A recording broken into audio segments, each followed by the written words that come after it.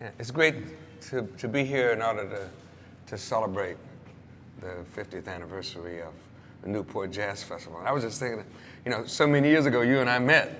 Yeah. And so much of the music was about the social conditions then. And right now we have conditions that definitely need to be paid attention to. Yeah. People need to vote. We need to see another 50 years from now where we can be proud of the fact that we participated in the activity that makes sure or helps to ensure that we make the kind of America that we want to live in and we want our children to live in. Right, and the planet.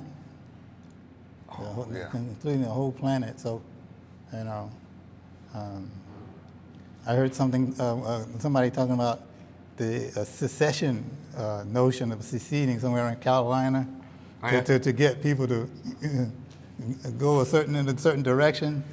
And I was thinking, like, in the next 50 years, how about the next 51 states? Like, so people can actually. Wouldn't it be funny if you ended up in 25 years from now with maybe 25 states because of grand secession, or exodus, something like that? People can't imagine how much of a role they really play in how things go. I mean, we could use this, for example. Okay, we got the Newport Jazz Festival. Yeah. And who would have known? How could we have known that we'd actually be here today, having played this place many times? And it's still here. We're still here. But people don't know the kind of effect that they can have on the world. They think they don't make a difference. Right. They make a huge difference. But that difference has to be reflected in taking advantage of the freedoms that we have. I mean, we have the right to vote, even if it's not always counted correctly. Right. And also this whole thing about, I call like imagination. To be able to imagine beyond the commercial confines of the kind of conditioning that's been going on. I say conditioning since the advent of radio and everything like that. At least close to 100 years, 75 years, or 85 years of conditioning, which leaves the imagination, bare. Oh, yeah. That the imagination room is empty.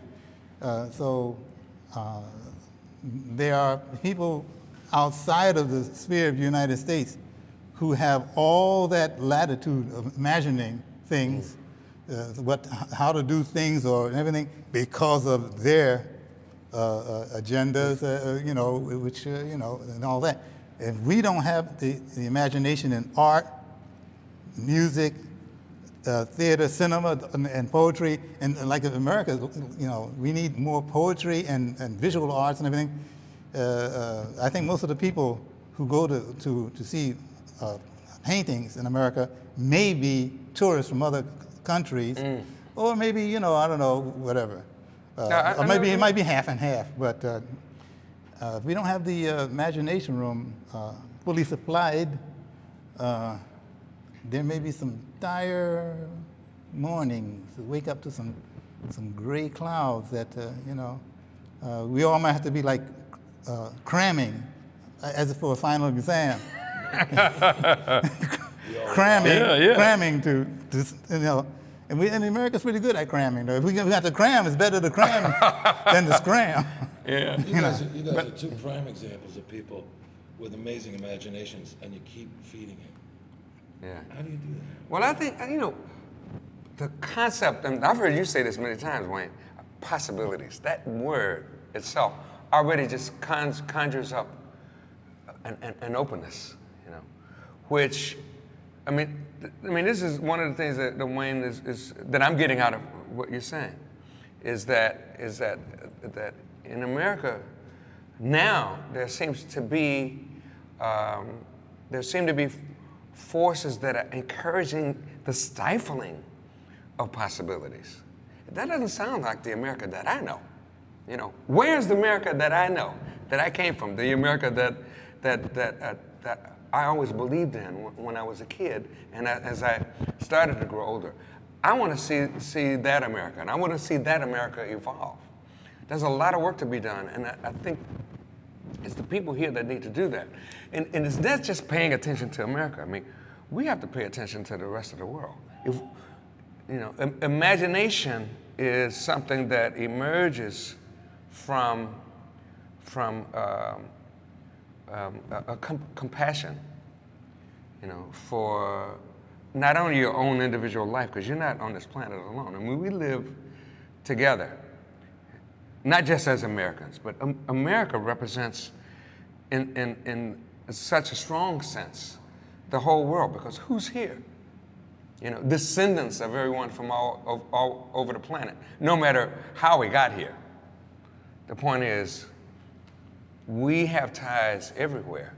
Now, where's the attention to that part of the greatness of America?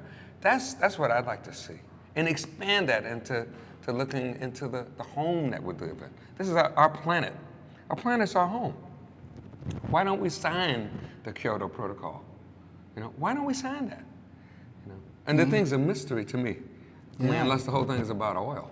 Yeah. You know. Or desensitizing. You know. Or the whole thing's about money. So you can slam dunk. You can bash sensitivity. Let's all bash some sensitivity, and then we can be fully desensitized. You know, yeah, but I know that word can be put in a context and taken out of context. You know, move things around.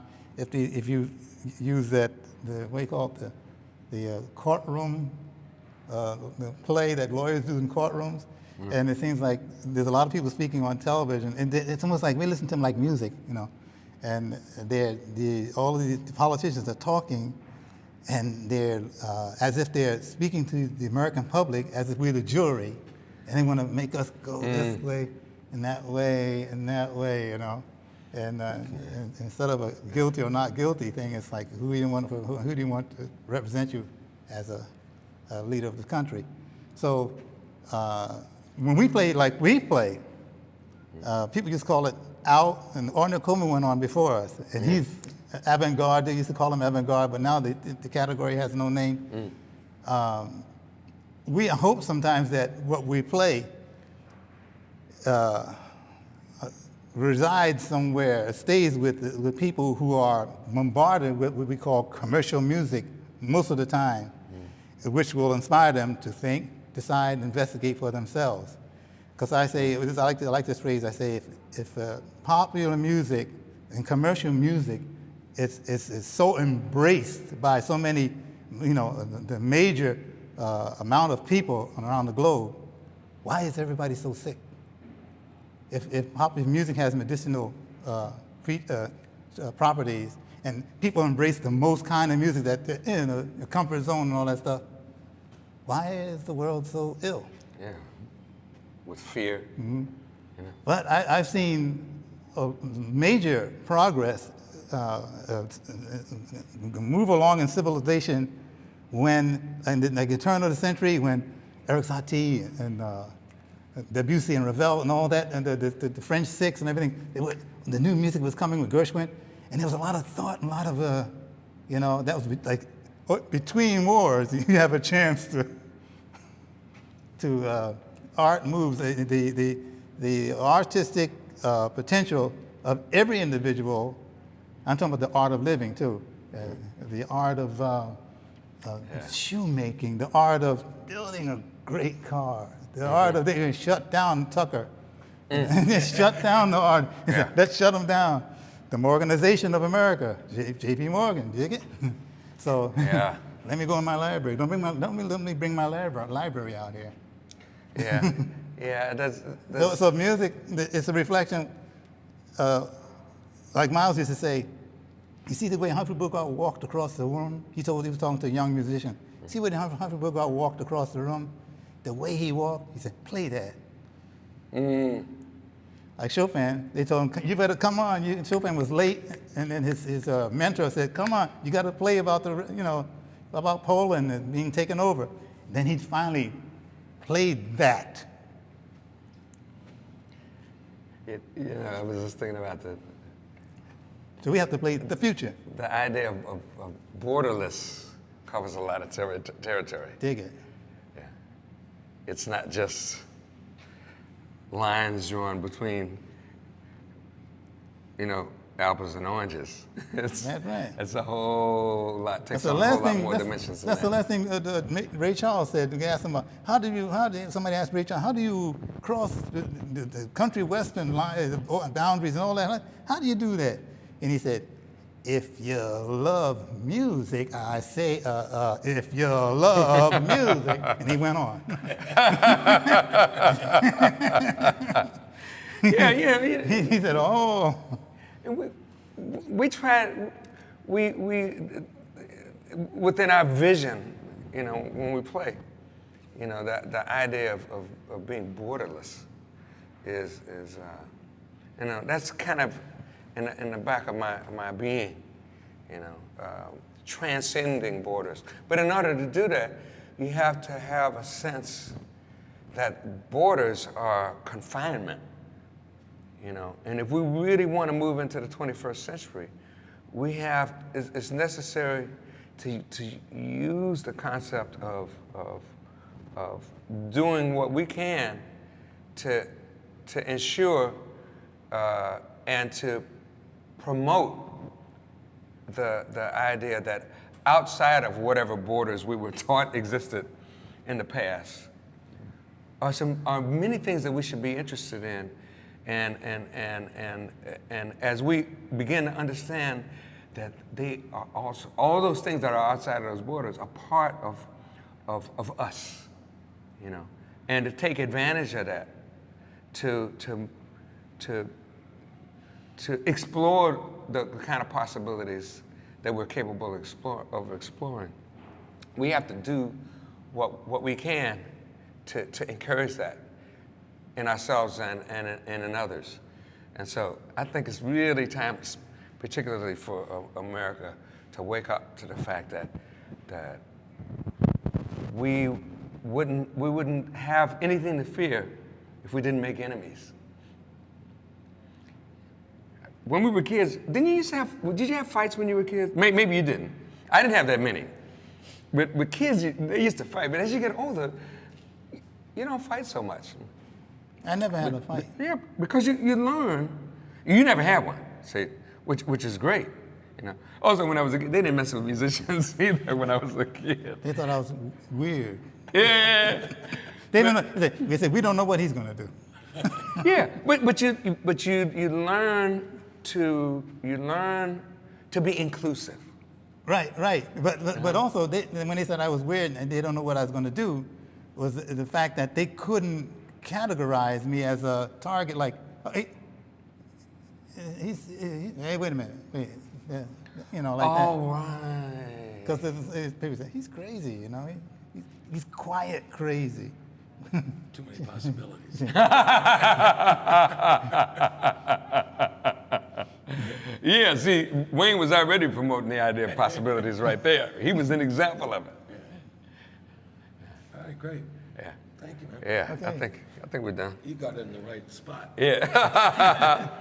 Yeah, I was trying to, because I was like, Wayne was looking back this way, so sometimes I would do this way to get his face forward. All right, thanks. That's it.